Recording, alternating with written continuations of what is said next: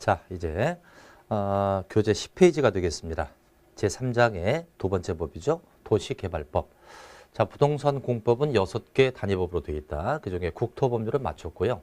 도시개발법인데 도시개발법은 사업법이라고 그랬죠. 그래서 이것은 신도시개발 사업한다. 도시개발 사업이죠. 신도시를 개발한다 이렇게 보는 거죠. 위례 신도시나 동탄 신도시 같은 신도시를 개발한다. 그래서 그것은 토지를 구획 정리하는 거죠. 예를 들면 여기 이제 이렇게 변두리니까 주로 야산이 이렇게 있을 것이고요. 농지가 쫙 펼쳐져 있다. 주로 신도시 개발은 주로 변두리에서 하겠죠. 이런 땅에다가 주택단지나 뭐 꼭 주택단지만 만드는 건 아니겠죠. 물류단지나 또는 관광단지를 만들 수도 있고 의료센터를 만들 수도 있습니다. 그러기 위해서 토지를 반듯반듯 정리하는 거죠. 농지를 싹 다 밀어서 토지를 반듯반듯 정리한다. 농지가 이제 없어지고 새로운 단지가 형성이 되겠죠. 이렇게 이제 새 땅을 만들어 놓고 여기다가 이제 도로도 깔아주고 신도시가 되려면 도로도 있어야 되겠죠. 또는 뭐 공원도 만들어주고 그런 시설을 쭉 만들어줍니다. 이렇게 해서 새로운 신도시를 만드는 그런 사업이죠. 그래서 이제 결국은 종전에 농지 소유자 A가 있을 때 이 농지 소유자에게 새 땅을 이 땅을 주는 이런 방식입니다. 토지로 바꿔주는 방식이죠. 따라서 도시개발 사업은 단지나 또는 시가지를 조성한다.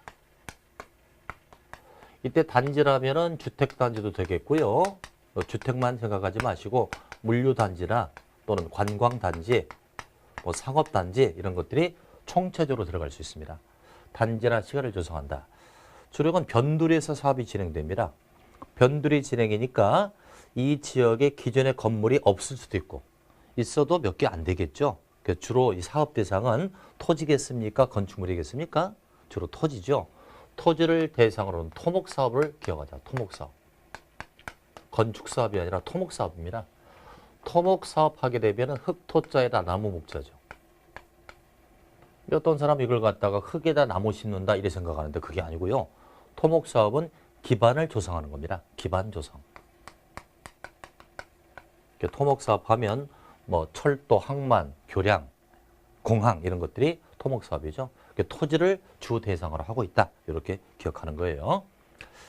자, 그럼 이제 보시자고요. 도시개발 사업의 정의부터 봅니다. 도시개발 사업이라 하면 도시개발 구역입니다. 구역을 딱 설정하죠.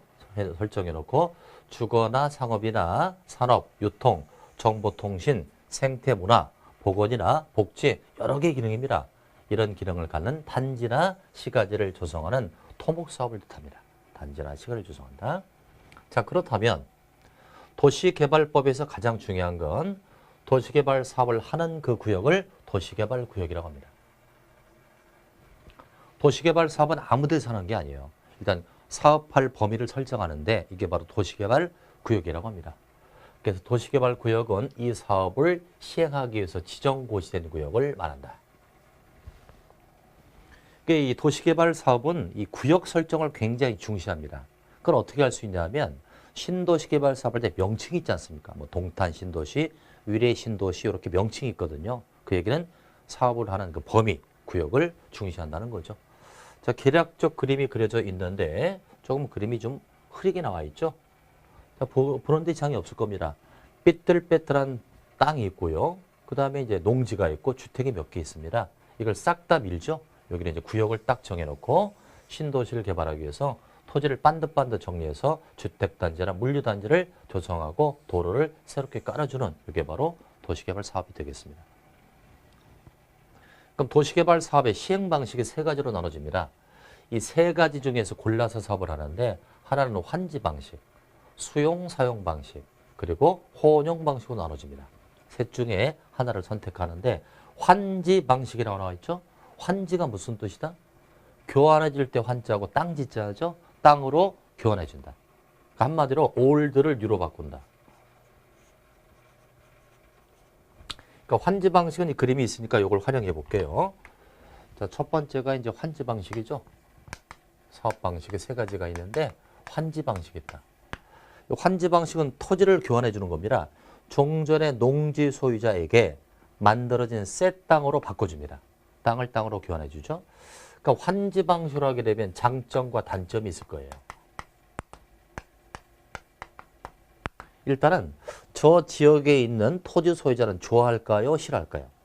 우리 동네를 새 동네로 바꿔서 새 땅으로 교환해 주는 거 좋아하겠죠. 그래서 장점은 이것은 토지 소유자의 침해가 작다. 소유자에게 재산권 침해가 작다는 장점이 있습니다. 그러나 단점이 있을 겁니다.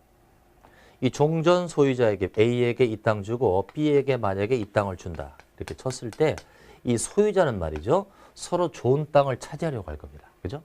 더욱더 좋은 땅을 차지하려고 하죠. 따라서 이 사업을 시행하는 시행자 입장에서는 A에게 또는 B에게 어떤 땅을 줄 거냐. 이 토지 분배가 굉장히 복잡하죠.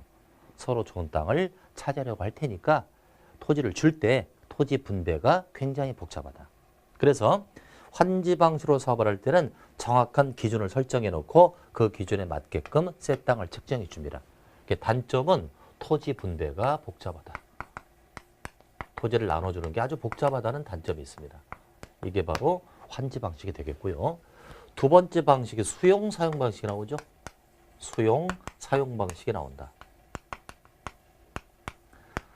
자, 여기서 수용 방식을 잠깐 얘기합니다. 수용의 뜻은 이겁니다. 보상을 전제로 강제 취득하는 거예요. 그러니까 공익사업을 함에 있어서 소유자에게 일단 보상해 줍니다. 토지 보상비를 주고요. 그 땅을 강제로 뺏는 거죠. 공익사업을 위해서. 사용이라는 건 뺏는 건 아니고요. 잠시 이용하는 걸 사용이라고 하죠. 그럼 수용 사용 방식은 어떤 방식이냐 이런 겁니다. 일단 A와 B라는 소유자가 있겠죠. 원주민이 있습니다. 원주민에게 새 땅으로 대신 주는 게 아니고요.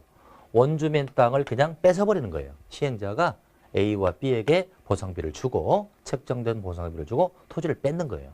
따라서 A와 B는 동네를 떠나야 되죠. 이주를 해야 되겠죠. 그럼 이 땅은 다 누구 것이 되죠? 사업 시행자 것이 됩니다. 보상해 줬으니까. 그 시행자가 이제 사업을 해서 새 땅을 만드는 겁니다. 새 땅을 만들어서 타인에게 매각하는 이런 방식이에요. 이해할 수 있겠죠? 종전의 원주민 땅을 보상해서 내쫓고 소유자는 나갔겠죠? 이 땅을 시행자가 장악한 상태에서 사업을 해서 새 땅을 만들어서 매각하는 방식이 바로 수용 사용 방식. 따라서 이 방식도 장점과 단점이 있을 겁니다. 일단 단점부터 정리할게요. 단점이 한 두 가지 정도 있는데요. 단점은 소유자 입장에서는 조그만 보상비를 받고 동네를 쫓겨나듯이 나갑니다. 그러니까 토지 소유자는 기분이 나쁘겠죠? 따라서 토지 소유자의 침해가 크다는 단점이 있습니다. 토지 소유자 입장에서는 어떤 재산적 침해가 굉장히 크다. 또 하나, 이 넓은 토지의 땅을 시행자가 보상해 줘야 됩니다.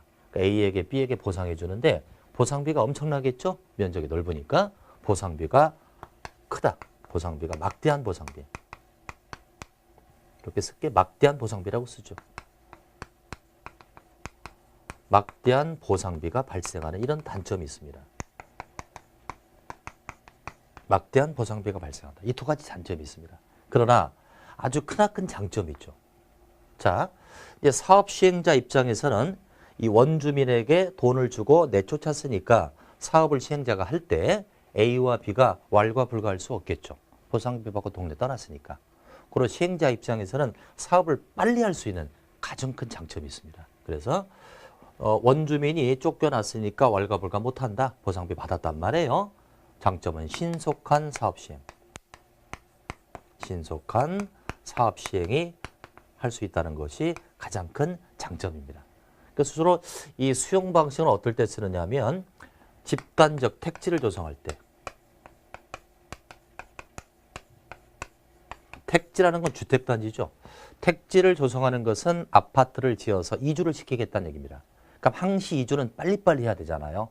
빨리빠른 신속한 이주를 위해서 신속한 사업 방식이 가능한 수용 방식을 쓰는 겁니다. 뭐 판교 신도시랄지 동탄 신도시 다 아파트 단지 짓고 있죠. 이게 바로 수용 사용 방식을 쓰고 있다. 그럼 환지 방식은 어떨 때 쓸까요? 토지를 토지로 교환해 주는 거잖아요. 이 지역에 지가가 무지하게 높아요. 지가가 높다 하면 땅값이 비싸면 시행자 입장에서는 엄청난 보상비가 나가죠. 이때는 수용 방식을 못합니다. 토지를 토지로 바꿔주겠죠. 그래서 환지 방식은 지가가 높은 곳, 땅값이 비싼 곳 이럴 때 환지 방식을 쓴다는 겁니다. 이제 세 번째가 혼용 방식이 있죠. 혼용 방식이 있다. 혼용이라는 건 섞어서 하는 거죠. 그래서 그것은 환지 방식이나 수용사용 방식을 혼합해 쓰는 건데요. 요걸 분할해서 할 수 있다. 분할 방식과 미분할 방식이 있습니다. 그러니까 사업을 할 때 뭐 이쪽은 수용 방식, 이쪽은 환지 방식으로 분할해서 할 수 있고요. 또는 미분할, 분할하지 않고 복합적 이용을 위해서 함께하는 두 가지로 나눠질 수 있다는 겁니다. 그래서 사업 방식은 주로 환지 방식, 수용 사용 방식, 혼용 방식이 있다. 이렇게만 알아두십시오. 근데 자세한 내용은 교과서가 나오게 되면 각 방식에 대해서 구체적인 절차랄지 이런 것들을 공부를 하게 될 겁니다. 여기서 사업의 시행 방식은 환지 방식, 그 다음에 수용 사용 방식, 혼용 방식이 있는데 이건 분할 방식도 있고요. 미분할 방식도 있다. 이렇게 얘기를 했습니다. 시행자는 셋 중에서 선택을 해서 사업을 하게 되는 것입니다. 자, 그럼 이제 2절로서 도시개발 구역을 좀 보자. 아까도 제가 얘기했습니다. 신도시를 개발할 때 명칭이 붙는다. 그 얘기는 이 도시개발 구역의 중요도가 있다는 거죠. 그래서 이렇게 생각하면 돼요. 신도시개발 사업할 때 도시개발 구역의 최우선권을 갖는다. 명칭이 있다는 것은 범위가 있다는 것이고 구역의 우선을 갖는다. 그렇다면 이 도시개발 구역을 누가 지정할까? 이 구역을 만드는 사람을 지정권자라고 한다. 그러니까 보세요. 도시개발 사업에서 가장 우선권이 있는 게 구역이라고 했습니다. 도시개발 구역이라고 했죠. 이걸 지정하는 자가 지정권자입니다. 그러니까 얘가 우선권을 갖기 때문에 대부분 행위를 얘네가 합니다. 대부분 얘네가 한다. 그러니까 나중에 여러분들이 교과서 가지고 학습을 하게 되면 공법 사업도 많고요. 행위자가 많습니다. 누가 뭐 한다, 누가 승인한다, 누가 허가권자다. 이 행위자가 많이 나오거든요. 근데 도시개발법은 간단합니다. 대부분 행위를 지정권자가 한다. 이렇게. 인가도 지정권자, 승인도 지정권자 이렇게. 그래서 구역을 정하는 자를 지정권자라고 하는데 이 지정권자는 중요한 거예요. 원칙은 누가 정한다? 시도지사의 대도시장. 자, 그럼 보세요. 첫 교시에 배웠던 걸 연상하자. 시도할 때 요 시는 도지사 앞에 썼으니까 도지사와 레벨이 같은 거죠. 그러니까 일반시가 아니라 무슨 시? 요 시는 특별시, 광역시죠. 그럼 요 도에는 도지사와 특별자치도가 포함되어 있다. 근데 시도할 때 이 시에 특시가 있어야 돼요. 특별자치시가 있어야 되죠. 그죠? 특별시, 광역시, 특시가 바로 요 시인데 특시가 여기 안 들어가 있죠. 특별자치시가. 왜 안 들어갈까? 특별자치시는 세종시라고 그랬죠. 세종시는 신도시 개발한 지가 몇 년 안 되니까 향후 몇십 년간은 신도시 개발 사업 안 할 거다. 그래서 뺀 겁니다. 나중에는 이제 일정 기간이 지나면 특별자치가 들어갈 수 있겠죠. 그래서 원칙은 시도지사나 대도시장이 구역을 정하고요. 예외는 국토부 장관이 정한다. 자, 우리 법에서는 예외라는 규정이 있습니다. 그러니까 원칙은 대부분 시도나 대도시가 정을 하고요. 특정한 예외적 사항일 때만 국토부 장관이 정합니다. 그 예외적 사항은 딱 5개. 요 5가지 경우일 때만 국토부 장관이 구역을 정하는 거죠. 자, 국가가 도시개발 사업을 실시할 필요가 있다. 국가가 나왔습니다. 자, 공법에서 제가 공식 하나 알려드릴게요. 국가라는 말이 나오면 무조건 국토부 장관을 연상하세요. 국가가 사업을 실시할 필요가 있을 때는 국토부 장관이 구역을 정한다. 또 중앙행정의장이 요청했다. 여러분들 중앙행정기관의 장 그럼 누구라고 그랬죠? 장관이라고 그랬죠. 그 부처의 가장 우두머리 장관입니다. 중앙행정의장이 국토부 장관에게 요청을 합니다. 예를 들면 문화관광부 장관 그러면 중앙행정의장이죠. 그 장관이 국토부 장관에게 요청을 합니다. 우리 이 지역을 관광단지로 정해야 되겠다라고 요청하면 국토부 장관이 정할 수 있다. 요청 잡았고요. 또 공공기관의 장이랄지 또는 정부 출연기관의 장이 면적이 꽤 크군요. 30만 제곱 이상으로서 국가계획과 밀접한 관련 구역정을 제한합니다. 프로포즈 한다는 얘기죠. 자, 누가 제한한다? 공공기관의 장이나 정보 출연기관 장이 면적의 30만 이상으로서 국가 계획과 밀접한 거리는 구역층을 지정해 주세요라고 제안할 때 그때 국토부는 정할 수 있다. 제안 나오고요. 또 시도나 대도시가 협의가 성립되지 않았다 그랬어요. 협의가 성립되지 않았다고 하네요. 자, 무슨 얘기냐면 이겁니다. 두 개의 상징이 걸침자를 이렇게. 요게 시고 요게 도가 있을 수가 있죠. 또는 대도시와 대도시가 이렇게 걸칠 때가 있다. 용인시와 성남시가 걸쳐 있다. 두 개의 지역을 이렇게 걸쳐가지고 구역을 정할 때가 있단 말이에요. 그죠? 수원시와 용인시를 이렇게 걸쳐서 구역을 정할 수가 있단 말이에요. 그럼 두 개 상에 걸쳐서 구역을 정할 때는 어떻게 하느냐? 관계 시도지사나 관계 대도시장이 협의를 해요. 둘이 협의해서 지정할 자를 정합니다. 그럼 둘이 협의해서 요번에 네가 지정해. 둘이 협의해서 요번에 네가 지정해. 이렇게 정해주거든요. 그런데 협의가 이루어지지 않았다는 거예요. 시도나 대도시 간에 협의가 이루어지지 않았다. 그때 누가 정한다? 국토부 장관이 직접 정한다. 이걸 협의 X라고 보자. 협의가 이루어지지 않았다. 협의 X. 그다음에 천재지변입니다. 천재지변이니까 굉장히 시급하잖아요. 이럴 때는 국토부 장관이 정을 하게 됩니다. 자, 정리하면 원칙은 누가 정한다? 시도나 대도시. 예외는 국토부 장관. 국토부 장관이 정하는 게 딱 5개 압축 파일을 만들면 국가, 요청, 제안, 협의 X, 천재지변 이렇게. 앞으로 이제 공법을 공부하다 보면 법조문이다 보니까 문장이 꽤 길어요. 그래서 이건 압축 파일을 만들어서 반복해야 합니다. 나중에 저절로 나오죠. 이제 국토부 장관은 국가, 요청, 제안, 협의 X, 천재지변 이렇게 답을 차지합니다. 특히 이게 지금 가지수가 5개 아닙니까? 5개다 보니까 우리 시험에 오지선다거든요. 그러니까 되게 가지수가 4개나 5개 있는 건 출제가 잘 됩니다. 그럼 출제자가 제일 좋아하는 게 뭐다? 5개짜리고요. 5개짜리면 문장을 새로 만들 필요 없죠. 거기다 숫자까지 있는 거. 이거 숫자 있잖아요? 그럼 5개 순서대로 딱 주고 숫자만 살짝 바꾸면 되는 거거든요. 그렇게 출제가 되니까 이 국토부 장관이 정한 5개 사이는 과거 시험에 5번 나왔던 아주 출제비가 높았던 그런 부분이기도 합니다. 자, 지적 먼저 살폈고요. 지정의 규모입니다. 자, 도시개발 구역을 지정하려면 일정 규모 이상이 합니다. 자, 도시적이 어떻게 나눠진다고 그랬죠? 여러분들 아까 주거, 상업, 공업, 녹지입니다. 그래서 주거나 상업이나 자연 녹지, 생산 녹지라면 1만 제곱 이상은 되어야 구역을 정할 수 있습니다. 공업적은 클 수밖에 없겠죠? 공업적은 대규모 공장이 필요하니까 3만 제곱 이상일 때 정할 수 있다. 도시적일 때 1만 아니면 3만인데요. 공업만 3만이군요. 이제 도시적 밖이니까 어디겠습니까? 관리지역이나 농림지역이나 자연환경 보전지역이 되겠죠. 자꾸 아까 배웠던 게 연상이 되는 거예요. 용도지역에 4가지로 나누죠. 도시, 관리, 농림, 자연환경. 도시적은 이렇게 나눠지고요. 도시적 밖이라면 도시적이 아니니까 관리지역, 농림지역, 자연환경, 보전지역입니다. 원칙은 30만 이상일 때 정할 수 있고요. 또 이런 예외적 규정이 있다면 10만 이상일 때 정할 수 있다. 지금은 숫자 암기에 주력하지 마시고요. 일정 규모 이상일 때 신도시 개발할 수 있구나. 이렇게만 알아두시고 규모 살펴봤습니다. 사업의 시행 절차를 간단히 보도록 해요. 물론 이제 그 기본 교과서가 나오면 이 각각에 대해서 자세히 공부를 합니다만은 지금은 그게 중요하지 않죠. 사업이 어떻게 진행되지 계략적인 청사진을 보는 겁니다. 우선 신도시 개발 사업은 절차인데 환지 방식으로 설명할게요. 환지 방식은 토지로 교환해 주는 거라고 그랬죠. 가장 먼저 개발 계획을 수립한다. 자, 개발 계획하면은 사업의 개요입니다. 아웃라인이죠. 사업의 개요를 정하는 계획이죠. 그러니까 이 계획을 보면 사업의 방식이랄지 면적 같은 게 계략적으로 나올 겁니다. 당연히 이 계획은 누가 만든다? 지정권자가 수립한다. 자, 서도에 그랬죠?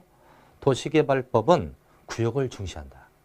구역을 정하는 사람을 지정권자라고 한다. 지정권자가 대부분 일을 한다고 그랬죠? 그래서 사업의 개요를 정하는 개발계획은 지정권자가 수립하는 계획입니다. 자, 이제 개요를 정했다, 아웃라인을 정했으니까 사업할 범위를 잡아야죠. 이게 바로 도시개발 구역이었습니다. 도시개발 구역은 누가 정한다? 지정권자죠. 자, 지정권자 정리해볼까요? 원칙은 누구였죠? 시, 도지사의 대도시시장. 시도나 대도시. 예외는 누구? 국토부 장관. 그래서 개요도 정했고 구역도 정했으니까 이제 사업할 시행자가 나와야 되겠죠? 시행자. 시행자인데요. 사업을 누가 하는지. 시행자 종류가 꽤 많습니다. 여기 밑에 도표를 보니까요. 무려 12가지로 나눠지죠. 자, 그중에서 12명 중에서 시행자를 뽑아가지고 사업을 하게 되는 거예요. 그런데 1, 2, 3, 4 하고요. 5번부터 11번까지를 연결해 볼게요. 5번부터 11번까지 연결했습니다. 5번부터 11번. 그래서 1번부터 4번까지 시행자를 공공시행자라 했고요. 5번부터 11번까지를 민간시행자라고 했는데요. 자, 공공시행자를 보겠습니다. 공공이죠. 국가나 지자체라. 이제 국가나 지자체. 국가나 지자체 사업할 수 있고요. 그 다음에 공공기관이 사업할 수 있다. 공공기관 하면 되게 공사자로 끝나죠. 토지주택공사랄지 뭐 수산공사 이런 공사가 되겠죠. 그 다음에 정부 출연기관이 있고요. 그 다음에 지방공사가 있다. 요 네 가지를 우리 도시개발법에서는 민간이 아니잖아요. 공공시행자라고 합니다. 국가, 지자체, 공공기관은 되게 공사자로 끝나고요. 정부 출연기관, 지방공사. 나머지는 민간시행자입니다. 민간시행자인데 우선 도시개발구역에 있는 토지 소유자가 사업할 수 있다고 합니다. 토지 소유자 민간이죠. 그 다음에 조합이 나옵니다. 구역의 토지 소유자가 도시개발을 위해서 설립한 조합이 나옵니다. 조합하면 많이 들어보지 않았나요? 뭐 재개발조합이다, 재건축조합이다 이런 말을 많이 들었는데 조합의 뜻은 이거예요. 목적을 같이 한 사람이 모인 게 조합이에요. 이게 합할합자거든요. 조를 짜서 모였다는 거죠. 그래서 이제 그 신도시개발구역 안에 토지 소유자가 있을 거예요. 토지 소유자가 야, 우리 신도시개발 사업하자고 모였어요. 이걸 조합이라고 하는데 이게 바로 도시개발조합이죠. 조합이다. 그 다음 과밀 억제 권역하면 수도권의 핵심 요지죠. 여기에 수도권 외의 지역으로 이전합니다. 과밀 억제 권역하면 수도권의 최핵심 요지입니다. 여기에서 자기 기득권을 과감히 버리고 지방으로 갔다는 거예요. 수도권 외의 지역으로 갑니다. 왜 자기 기득권을 버리고 지방으로 갈까요? 정부의 정책이 지방 분권한 정책을 쓰고 있죠. 수도권의 과밀을 막는 거죠. 이게 대표적인 게 공장이나 학교입니다. 학교, 대학 같은 데죠. 공장이나 대학이 과밀 억제 권역에서 자기 기득권을 과감히 버리고 정부 정책을 따라서 수도권 외로 이전합니다. 그럼 대학이 만약에 지방으로 가면 대학 캠퍼스를 만들어야죠. 산도 깎고 토지를 밀어서 대학 캠퍼스를 만들어야죠. 그게 바로 도시개발 사업이라는 거죠. 그 사업을 공장이나 대학이 직접 할 수 있도록 해주는 거죠. 정부의 방침을 따랐으니까. 또 주택법에 따라 등록한 자 그랬습니다. 주택법 나중에 배우죠. 그 다음에 토목공사업이나 토목건축공사업이죠.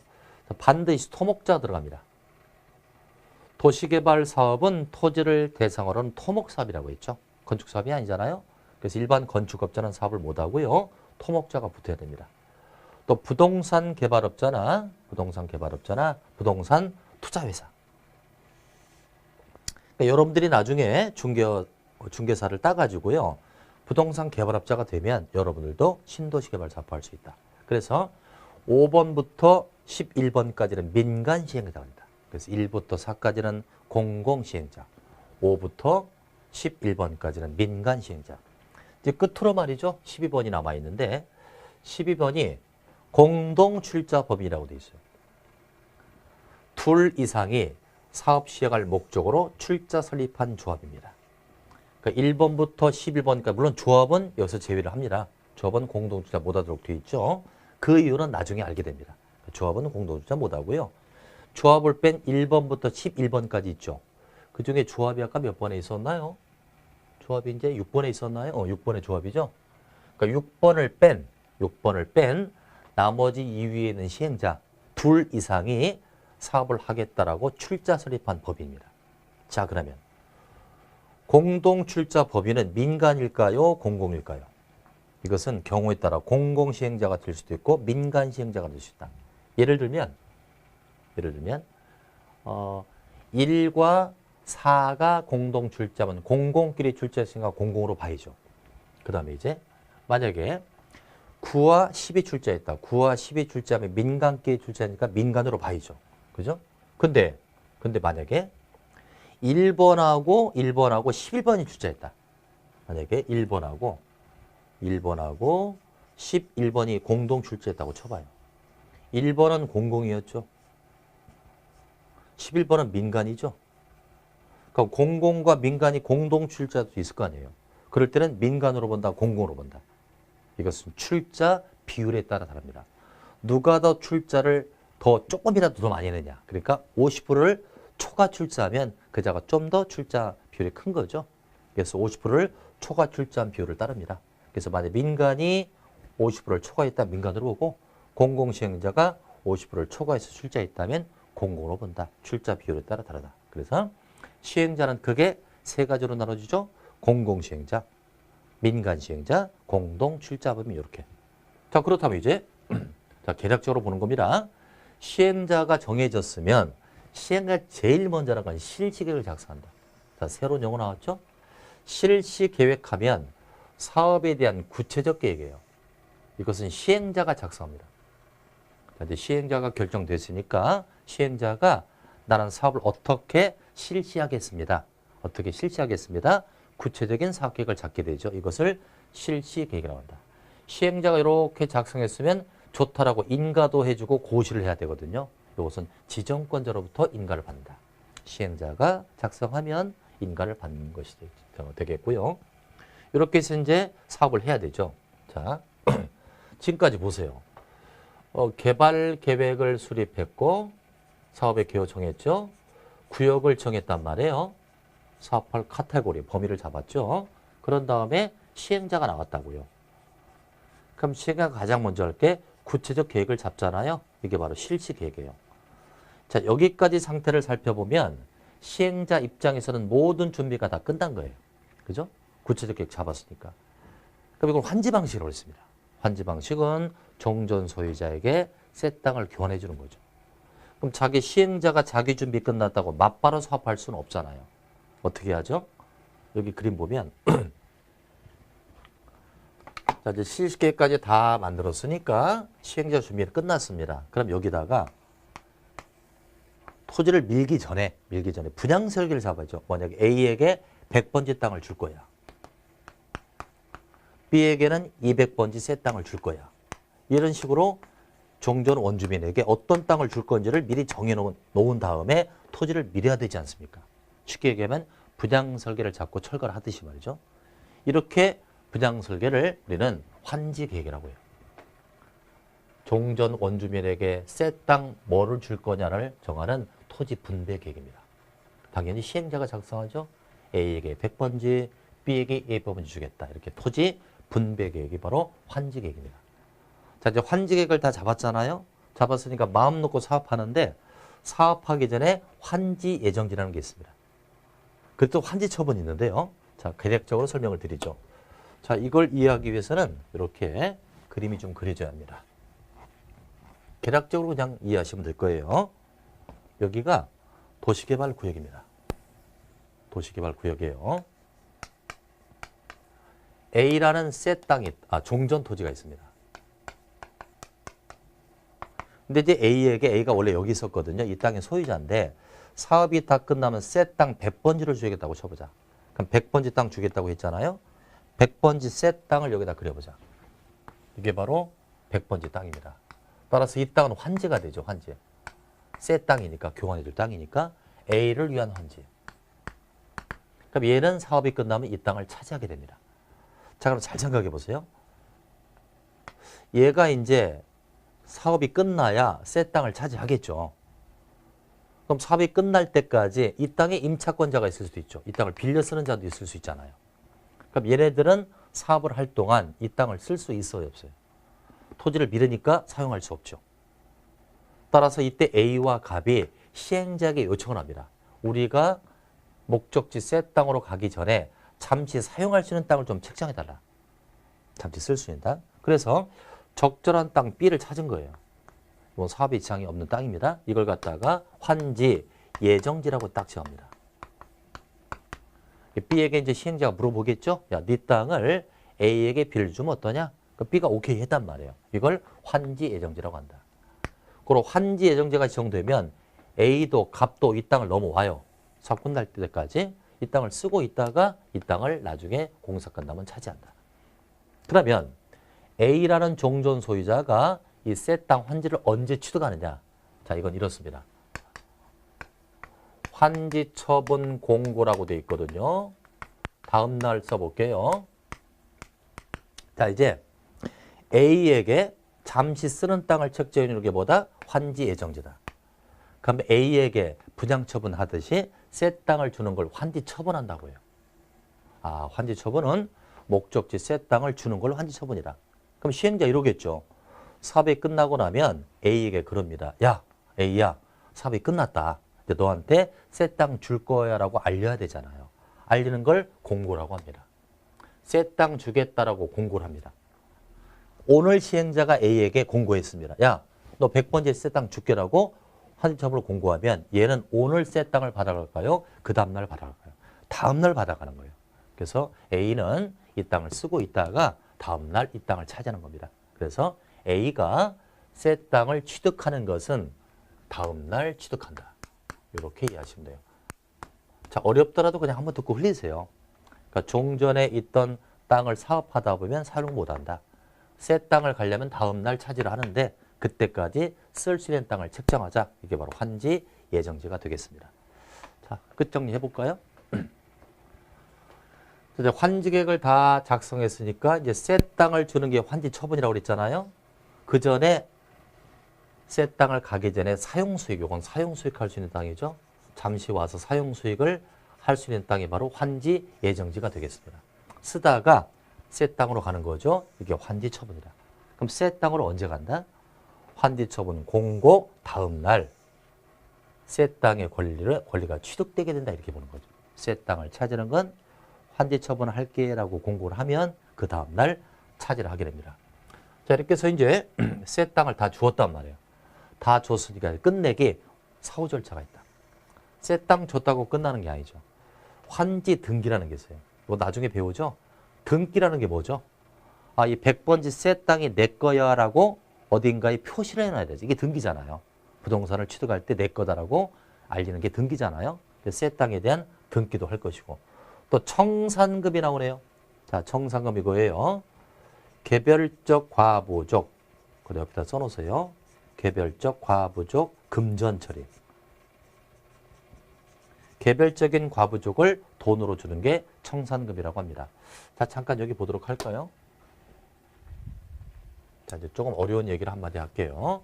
나중에 자세히 배웁니다. 자, 자, 이렇습니다. 만약에 A가 100평의 땅을 갖고 있어요. 그러니까 얘가 이제 새 땅 환지를 받을 때 환지를 받을 때 100평을 다 받을까요? 이거보다 적게 받을까요? 생각해 보세요. 내가 종전에 농지를 100평 갖고 있다. 새 땅 환지를 100평을 다 받을까요? 줄여 받을까요? 줄여서 받습니다. 이걸 감보율이라고 해요. 보통 감보율은 50%입니다. 줄여서 받는 비율이죠. 왜 그러냐면 여기 지금 도로랄지 공원 같은 공공의 부지를 만들어야 되잖아요. 이 공공의 부지는 누가 제공합니까?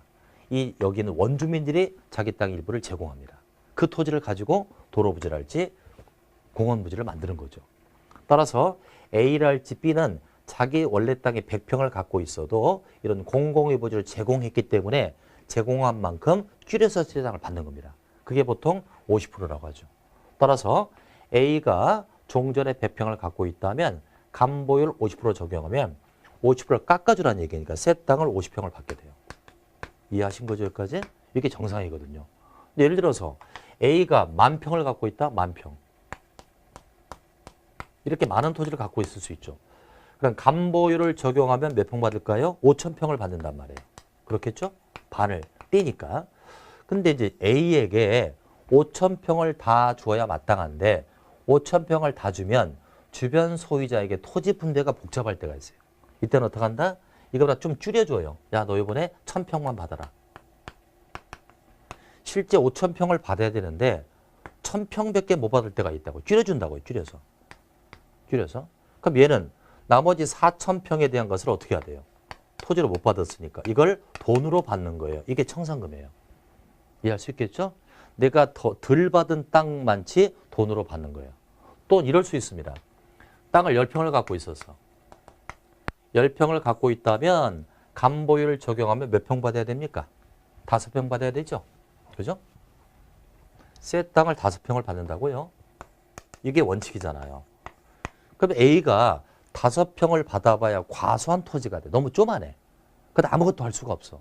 그래서 이럴 때는 시행자가 A에게 몇 평을 더 부죠? 30평쯤 땅을 더 주는 거예요. 이건 더 받은 거예요. 몇 평 더 받았습니까? 25평을 더 받았잖아요. 그죠?